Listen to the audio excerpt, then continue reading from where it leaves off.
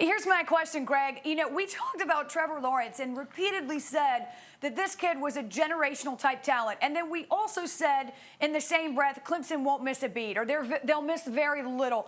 You know, were the expectations too high for Clemson given what they lost, no matter who was taking over at quarterback? Yeah, probably. And I think it wasn't just Trevor Lawrence. I think it was Travis Etienne. I think that there was a presence at wide receiver that's not there right now. I think that there's an awful lot on this Clemson team that has really kind of faced some adversity that they haven't seen in the past. They've also lost two of their best interior defensive linemen for the season. Brian Brzee now out with a knee injury. We saw Davis out with the biceps. So they've had some adversity that they're not really used to. So they've kind of been the product of what's been somewhat difficult circumstances. Not saying it's an excuse, just saying they've been dealt a bad hand and haven't responded as wonderfully as they have in years past. So I think the expectations were probably a little bit too high, but at the same time, Joey, this is a team that has overcome mass departures in the past only to have the same result. And it's the past and where they set the bar is why we expected them to continue to roll.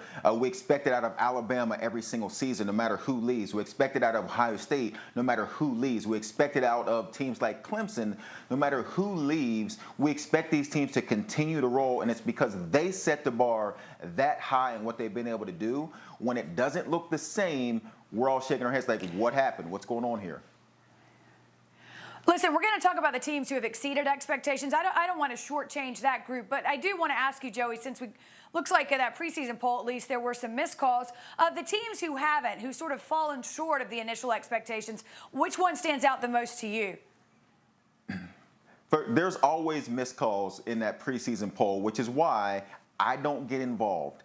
When we start having these discussions, where should these teams be ranked, you will never see me come out with a preseason poll because I'm smarter than to jump in there because we don't really know and we're seeing it play out. I do think that Texas A&M was a team that we expected to be a little different at this point in the season. And they have a lot of games left.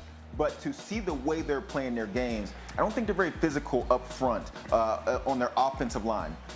Last season, when Texas A&M made their move and become one of those teams we expected to be able to deal with an Alabama possibly this year, it's because they had the ability to run the football. They became a more physical team that could lean on their run game. And so now you have a young quarterback that wasn't your starter in Calzada.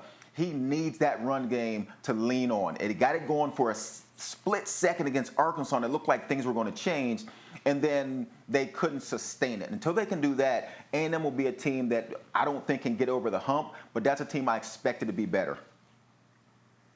Yeah, they've been disappointing up front especially, but they lost their starting quarterback, so I'm not going to make excuses. I'm just saying, how can they be what we thought they'd be if they lost the guy that's pulling the trigger? The team that's most disappointing to me so far is North Carolina. They look like a shell of themselves against Virginia Tech. They looked awful a couple weeks ago and giving up a ton of points. Like, this is a team that has Sam Howell, everyone thinks a top 5 pick, and Mac Brown in year number 3. You thought this was the year they were going to contend, not just hit on and knock on the door, but maybe break down that wall.